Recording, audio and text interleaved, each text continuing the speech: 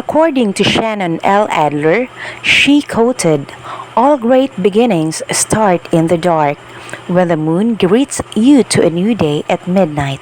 End of quote. The pandemic has been tough, but growth happens as a result of challenge, and the greatest innovations come from the most limiting barriers. If you don't face hardship, you can continue to do things as you always have. But when nothing is the same and you face significant constraints, you must find new and creative ways to make things happen.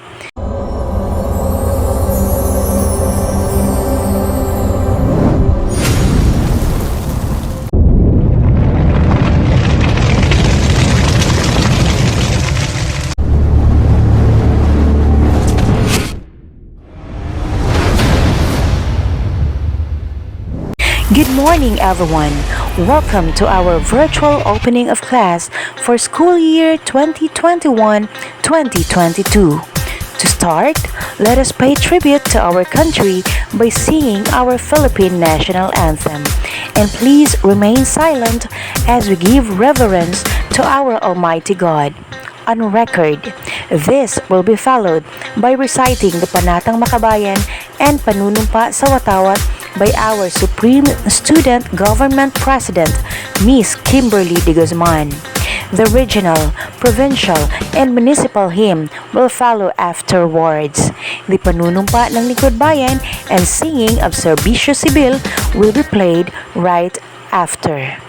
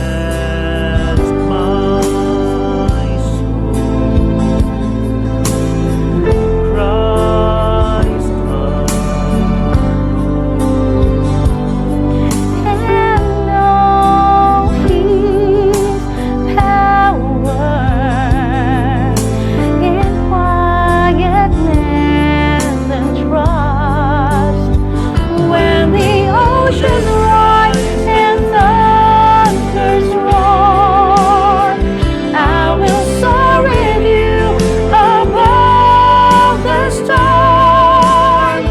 Father, you are king over the flood. I will be still, know you are God.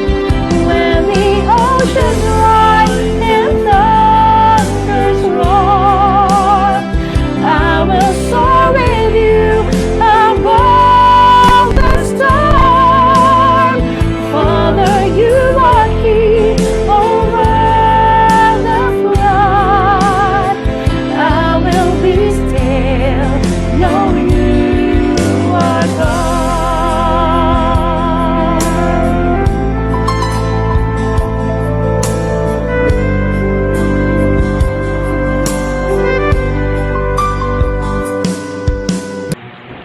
Panatang makabayan, iniibig ko ang Pilipinas, aking lupang sinilangan. Tahanan ng aking lahi, kinukupkop ako at tinutulungang maging malakas, masipag at marangal. Dahil mahal ko ang Pilipinas, dinggin ko ang payo ng aking magulang, susundin ko ang tuntunin ng paaralan, at tutuparin ko ang tungkulin ng mamamayang makabayang, naglilingkod, nag-aaral at nagdarasal ng buong katapatan. Iaalay ko ang aking buhay, pangarap, pagsisikap sa bansang Pilipinas. Panunumpa sa watawat ng Pilipinas. Ako ay Pilipino, buong katapatang nanunumpa sa watawat ng Pilipinas at sa bansang kanyang isinasagisag, na may dangal, katarungan at kalayaan na ipinakikilos ng sambayanang makadiyos, makakalikasan, makatao at makabansa.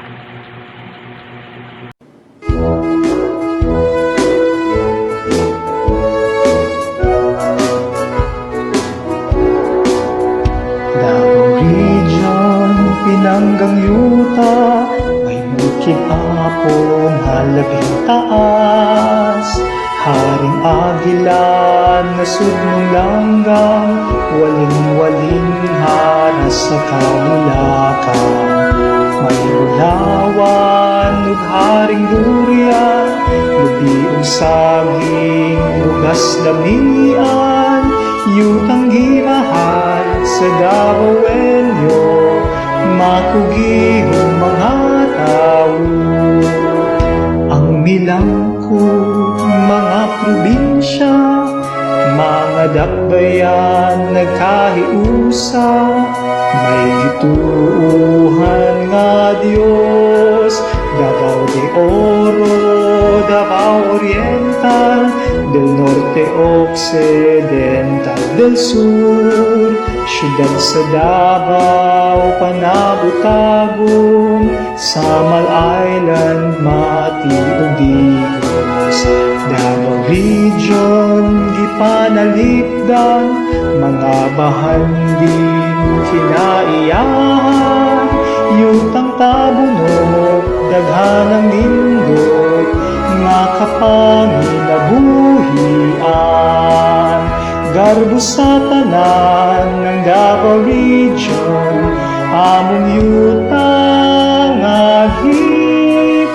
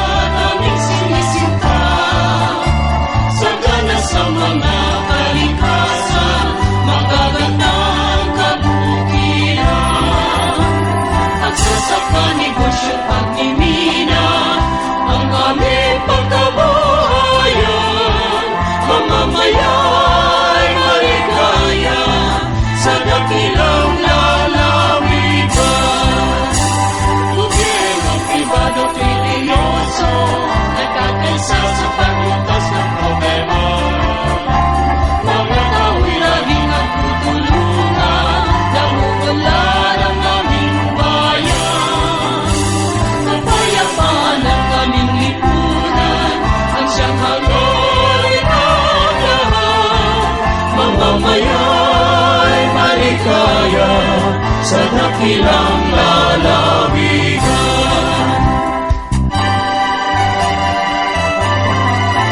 Dahil sa biyaya ng magandang kalikasan, kami nagkakaisa na dumakila ang bansa. Lakas ang aming buhay sa bayan ay bibigay. Manatiling maglingkod, magpahanggang sa libingan. Dahil sa biyaya ng magandang kalikasan, kami nagkakaisa na dumakila ang bansa. Lakas ang aming buhay sa bayan ay binigay. Manatiling maglingkod, kapag ang Norte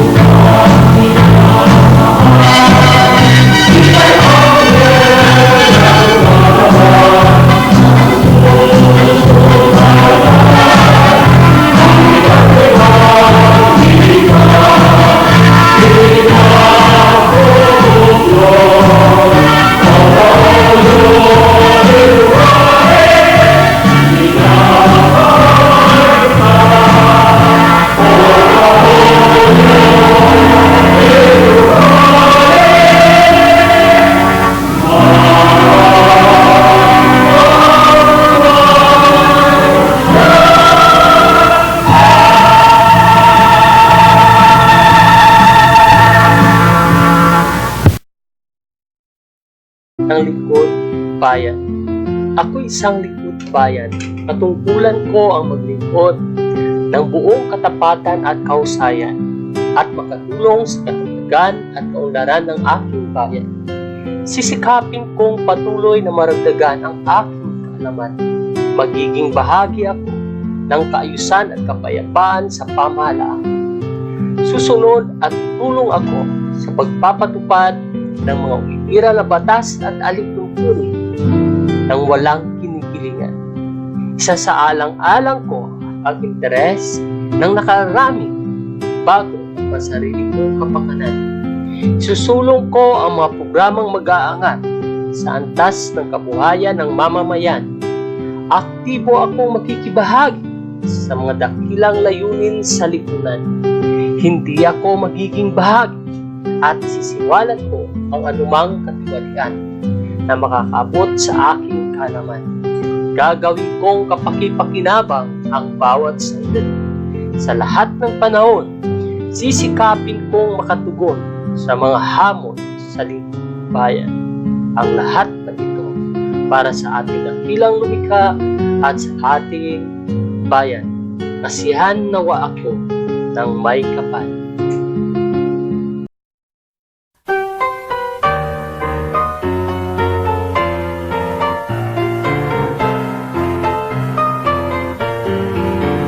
Ang serbisyo sibil ng bayan ko, lingkod na tunay ngayon kailanman. Laging tumutulong, laging nagpapayo, at sa kawani ay siyang patnubay. Ang serbisyo sibil ay tanghalin, ito ay ating dakilain. Maging tapat na sa ating tungkulin, paglingkurang lagi bayang piling. Ang serbisyo sibil ay lingkod na tangi, ayaw natin ito'y ating ipagpunyin. Mabuhay! Ang serbisyo sibil ng bayan ko, lingkod na tunay ngayon kailanman. Laging tumutulong, laging nagpapayo, at sa kawani ay siyang patnubay. Ang serbisyo sibil ay tanghalin, ito ay ating dakilain. Maging tapat na sa ating tungkulin, maglingkurang lagi bayang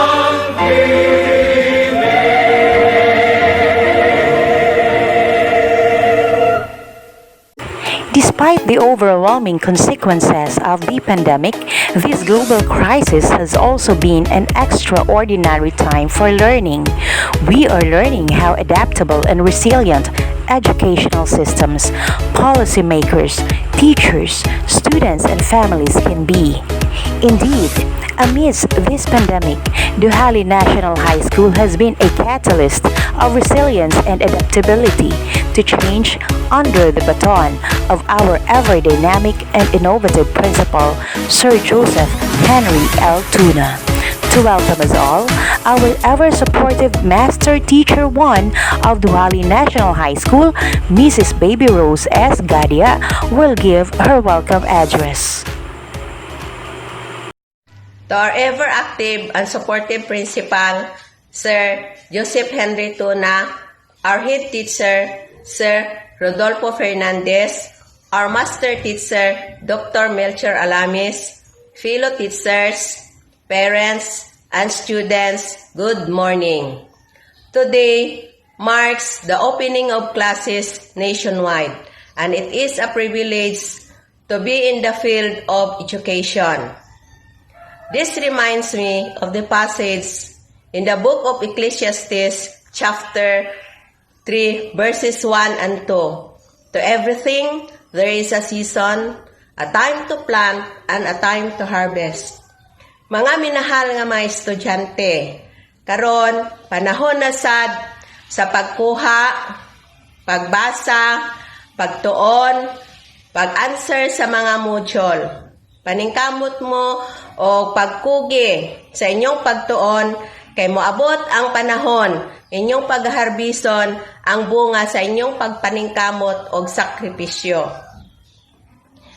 The worldwide existence of this pandemic sometimes threatens us, but equip yourselves with the determination to pursue your studies. God is just around to uphold you. Dream high, soar high like the eagles.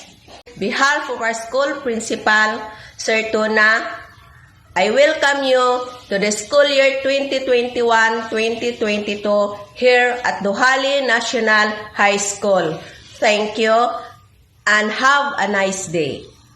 This opening of class will not be made possible without the cooperation and participation of all, including the local government unit of Braulio E. Dujali, headed by our municipal mayor, Honorable Lea Marie Moral Romano, and Vice Mayor, Honorable Inday Donna Baldonado Bernadas, barangay officials, stakeholders, teachers, parents, and students.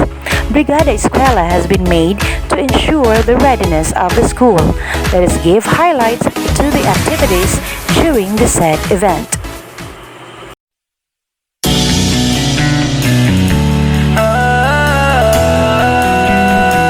Magbayanihan na, magbayanihan na,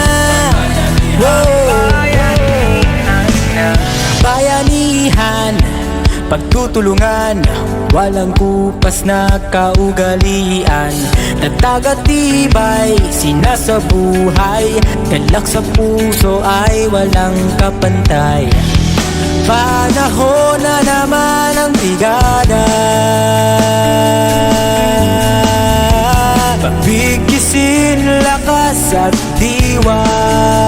Tara na brigada na, brigada eskwela, magkaisa sama-sama. Brigada eskwela, salin na buong barkada. Brigada eskwela, kilos na pagbayanihan na. Ikaw ako, tayong lahat, hawak kamay, sabay-sabay, kapit-bisig, buong bayan. Tara na, kumilos na. Tulong-tulong sa pagsulong, hatid na kalidad sa edukasyon. Sa kabataan, saya at dunong, buong madla sabay na aahon. Panahon na naman ng brigada, pagbigisin lakas at diwa. Tara na brigada na, brigada eskwela, magkaisa sama-sama. Brigada eskwela, salin na buong barkada. Brigada eskwela, kilos na magbayanihan na. Brigada eskwela, kilos na magbayanihan na. Brigada magbayanihan na, sabay-sabayhan na.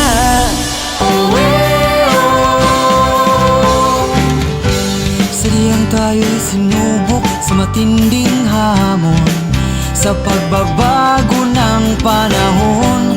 Ngunit di patitinag, tayo ay susulong. Magbayanihan, hawak kamay tayo. Ikaw, ako, lahat ng Pilipino.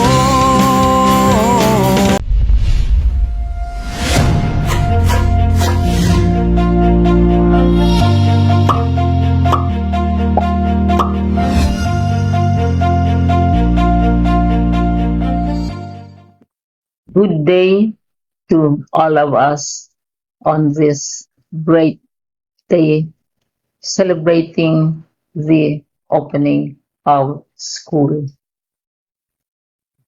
Education, as we keep on repeating, is a shared responsibility. And so we would like to acknowledge and commend our local government officials who have not only given assistance financially, but morally as well, and have given encouragement and inspiration to our department to continue with the efforts of providing education for our children. We recognize the different government agencies and other partners who have been helping us in the necessary preparations for school year 2021-2022. As I have always emphasized in my earlier messages, Education, and I repeat it, is a shared responsibility. It is not just a burden that is reposed on one institution.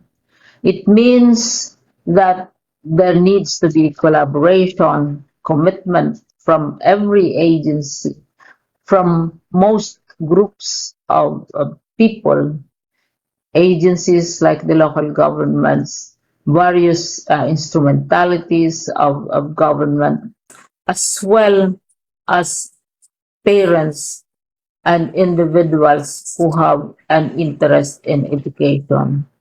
We thank you for assisting us through the efforts of each and every one of you so that we are able to meet our goals.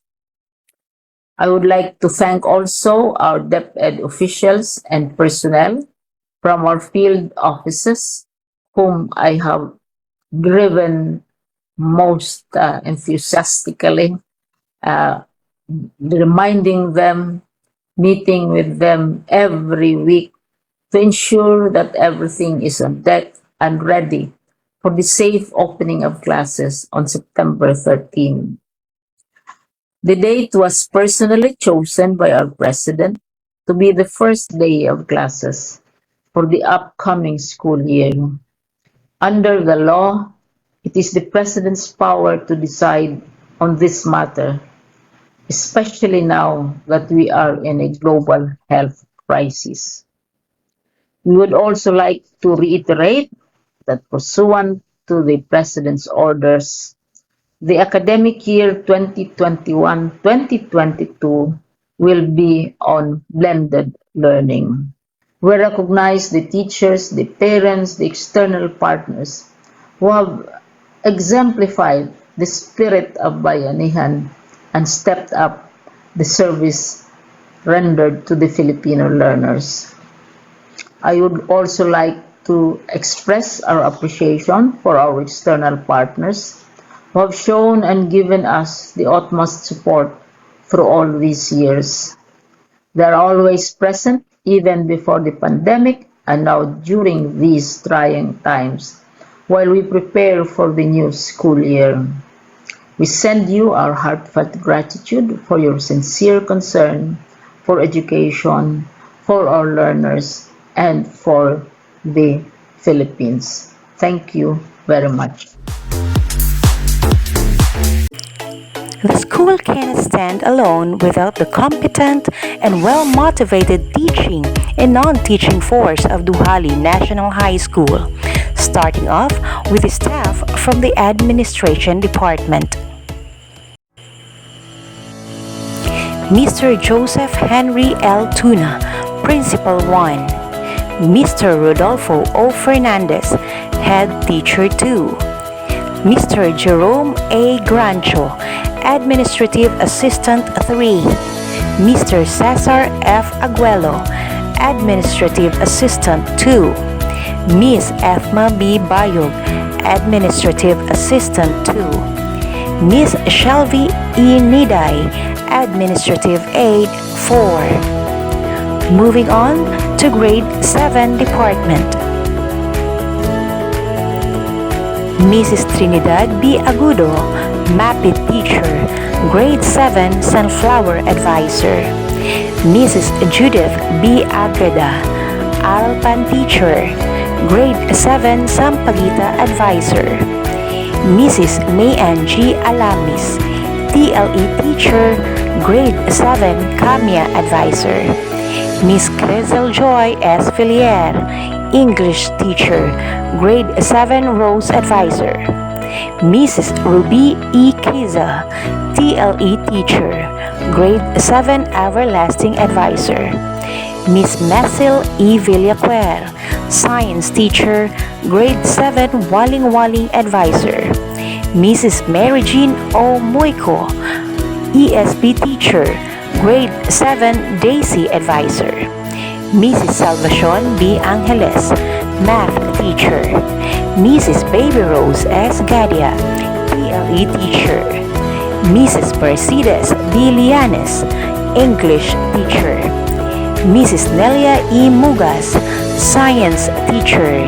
and Mrs. Leonidas P. Okay, Filipino teacher. Make way for Grade 8 Department teachers.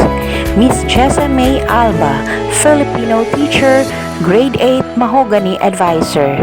Mr. Jerome B. Barnido, MAPE teacher, Grade 8 Acacia advisor. Mrs. Ronaline D. Escobar, Filipino teacher, Grade 8 Yakal advisor. Miss Gazel S. Legitimas, Aralpan teacher, Grade 8 Lawaan advisor. Mrs. Cherry E. Moral, English teacher, Grade 8 Nara advisor. Mrs. Christina P. Nicor, PLE teacher, Grade 8 Pitong advisor. Mrs. Janelyn V. Legitimas, English teacher, Grade 8 Molave advisor.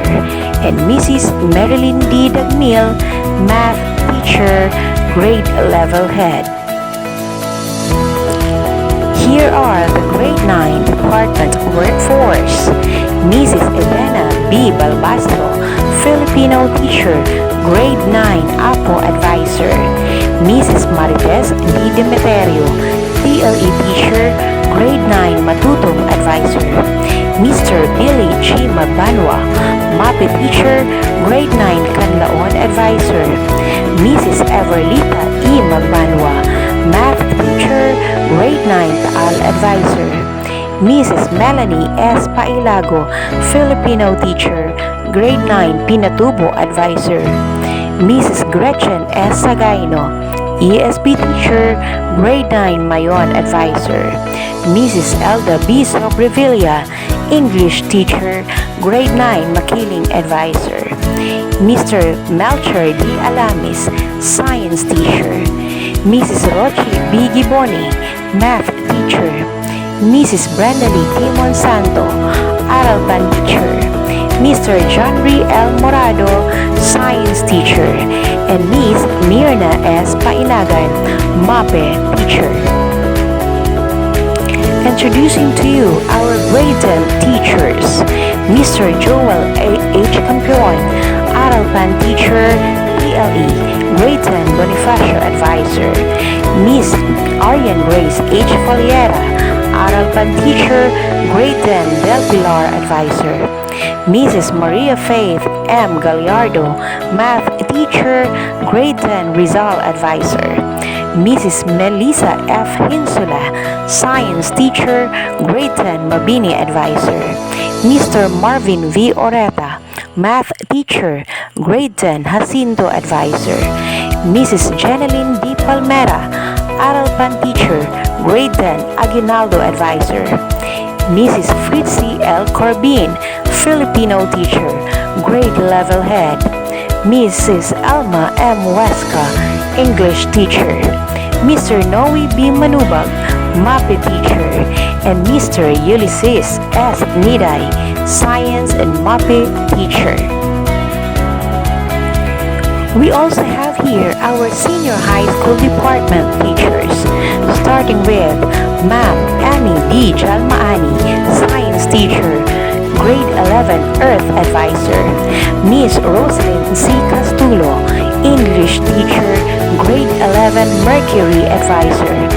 Mr. Angie B. Dumlao, Filipino teacher, grade 11 Saturn advisor.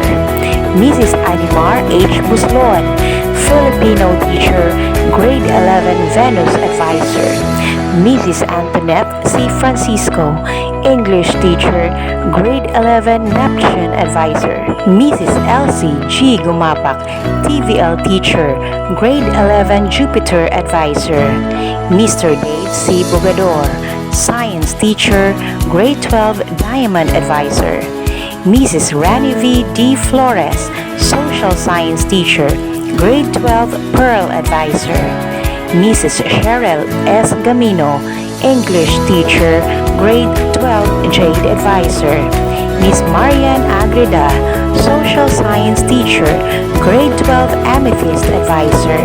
Mr. Rodrigo A. Patris, TVL teacher, grade 12 Emerald advisor. Mrs. Jorlyn B. Oble, SVL teacher, grade 12 Sapphire advisor. Mrs. Nancy A. Pacificar, math teacher. Mr. Jonavar P. Hinsula, math teacher. We also have here our school utility workers, Royland M. Espartero, school guard, Mr. Oriel Vicente, school guard, Mr. Roberto Talinting, school guard. Special mention also to our principal's office clerk, Mr. Nico Ray Tiempo. As quoted from Jennifer and Ivan, the future is uncertain, but that can be a good thing. This past year has been a bust and we are eager for it to end, but the future is full of possibility. It is our to create and we can make a significant positive contribution to our future and the future of others if we learn, grow, and act on all of the lessons from a tough previous year. Our school principal, Sir Joseph Henry L. Tuna, will share to us some words of challenge and encouragement. To the members of the faculty, parents, students, and to our esteemed stakeholders, ladies and gentlemen, good morning. We are about to open the new school year, which means a fresh start for all of us. Although the challenges due to the health crisis are confronting, we remain tough and formidable. We wholeheartedly embrace the task that is placed before us. The last school year brought out the resilience in us. Despite the unpredictability due to the new normal setup, we were able to finish the school year 2020-2021 with our head held up high. Although we were stunned of the adjustments from face-to-face to distant learning, but through our collaborative efforts, we accepted the challenge wholeheartedly and productively.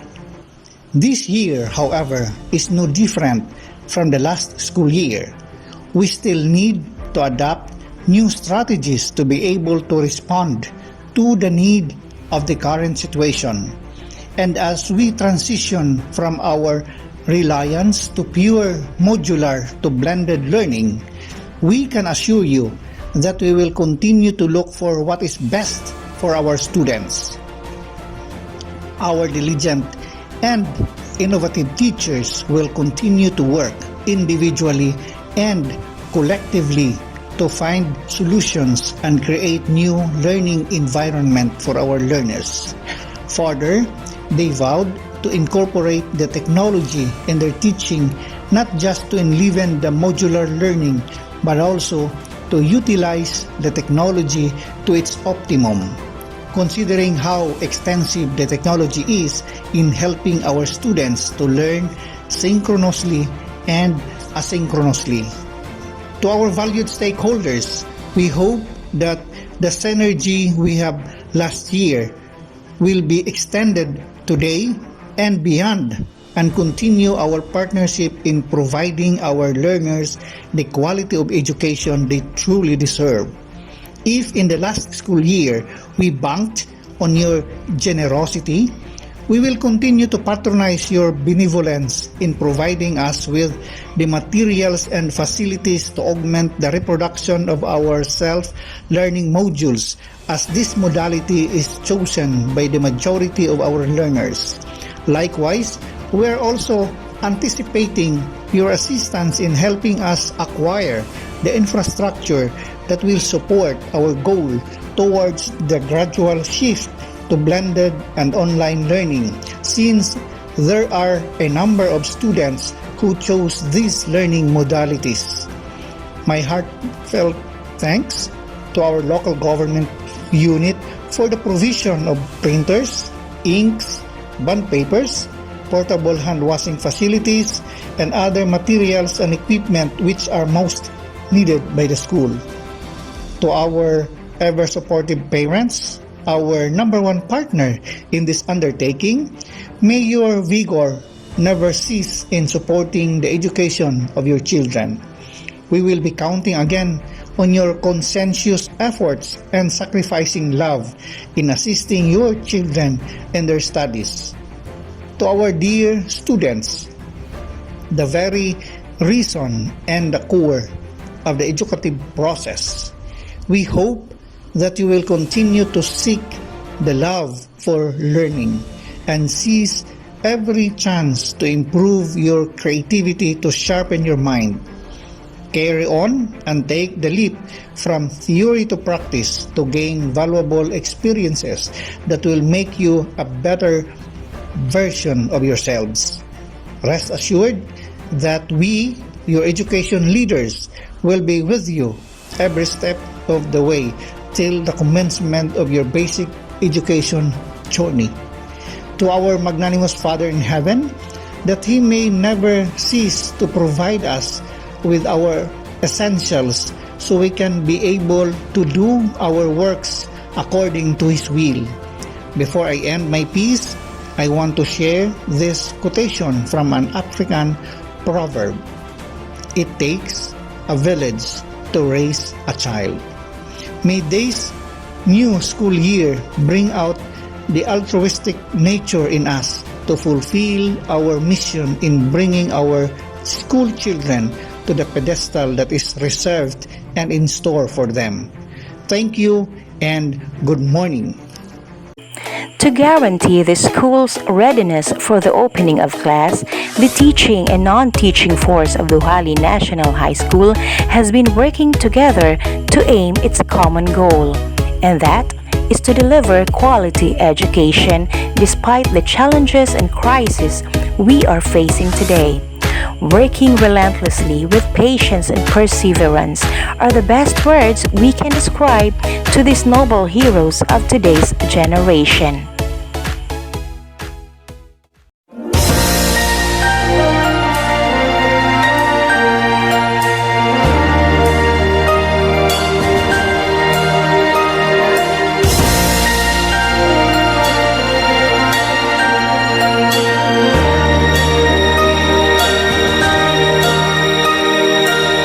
Pilipino ako, sa puso't diwa. Ang buhay ko sa bayan ay tataya. Pilipinas na aking bansa, ang iwanan kay hinding-hindi magagawa. Ikaw ang tahanan ng aking lahi, lahing kayumanggi. Di papayag na ikaw ay maaglahi, kahit dugo ang maging sukli.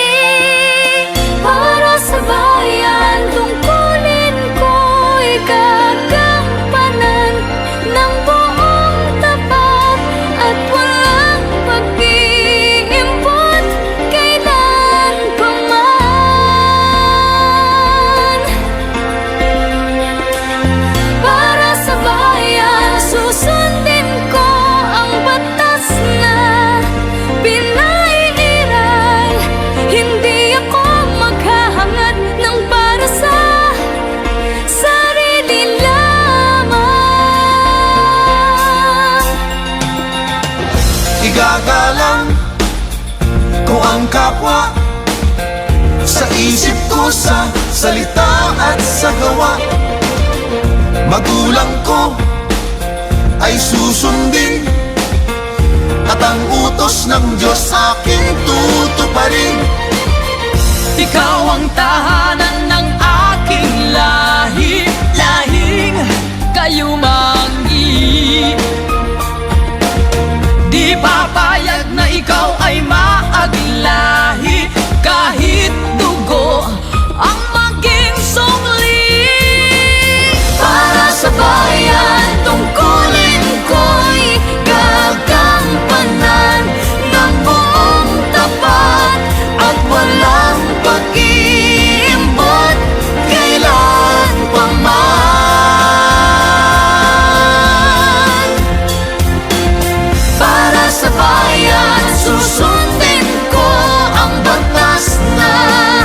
pinaiiral. Hindi ako maghahangad ng para sa sarili lamang.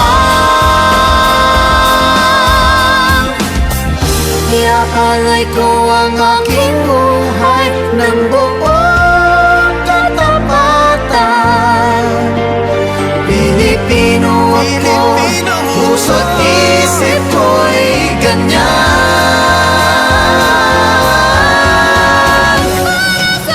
Para sa bayan, tungkulin ko'y gagampanan ng buong tapat at walang pag-iimbot kailan pa man.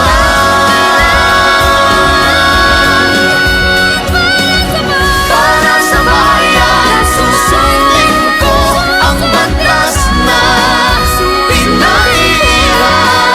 Hindi ako maghahangad ng para sa sarili lamang. Para sa bayan, para sa bayan.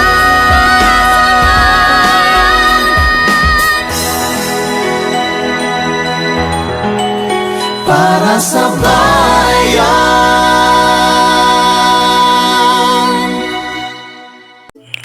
To end this virtual program, Mrs. Jorilyn B. Ople, the Supreme Student Government Advisor, will give us her closing message.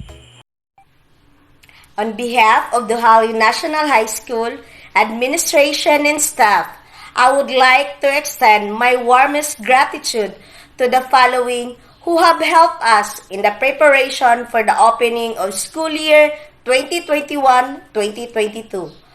First and foremost, to our Almighty Father for His grace, guidance, and protection. Our dynamic school head, Sir Joseph Henry L. Tuna, for his leadership and supervision. All members of the faculty and non-teaching personnel for working hand in hand in preparing our school. Our very supportive parents, out-parents, guardians, stakeholders, students, and to everyone who had contributed one way or another. Our heartfelt thanks. This year theme, Handang Paaralan para sa Handang Pasukan, calls for our concerted effort in educating our children. Despite the pandemic and uncertainties of time, no one among us surrendered and wavered. Instead, we have proven time and again that our love for learning is bigger than any adversities, that nothing can stop us teachers in delivering quality education to our clienteles, our students. Now that we are shifting from our dependence to pure modular to embracing other learning modalities, I know we can still succeed as we have done in the last school year by working closely and collaboratively with open hearts and minds. Although the challenges ahead are daunting, but with one direction in mind, we will be able to overcome all obstacles that may come. Moreover, by believing in the grace of God and our God-given gift and talents, we will be able to fulfill our mission as a steward of God. May our God in heavens help us as we tread our way to a whole new school year. Before I finally close the program, allow me to leave the famous quotation of Nelson Mandela, which says, "Education is the most powerful weapon which you can use to change the world." May we all be inspired and motivated to start this school year. Good morning, and may God bless us all. According to Soren Kierke, life can be understood backwards, but it must be lived forwards. Perhaps this pandemic has caused us to slow down and be more mindful. Reducing all kinds of activities has provided the opportunity to get off the hamster wheel and be more focused. This more deliberate pace can be the opportunity for greater reflection and an intentional look at our priorities, aspirations, and activities. Thank you for sharing your time as we witnessed our first virtual opening of class. May God bless us and guides us along our journey for the school year 2021-2022. Mabuhay tayong lahat! Di papayag na ikaw ay maaglahi kahit dugo ang maging sukli para sa bayan. Tungkulin ko'y gagampanan ng buong tapat at walang pag-iimpot kailan pa man.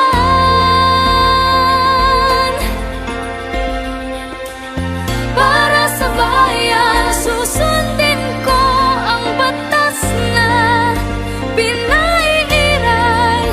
Hindi ako maghahangad ng para sa sarili lamang. Igagalang ko ang kapwa sa isip ko, sa salita at sa gawa. Magulang ko ay susundin at ang utos ng Diyos aking tutuparin. Ikaw ang tahanan ng aking lahi, lahing kayumangi. Di papa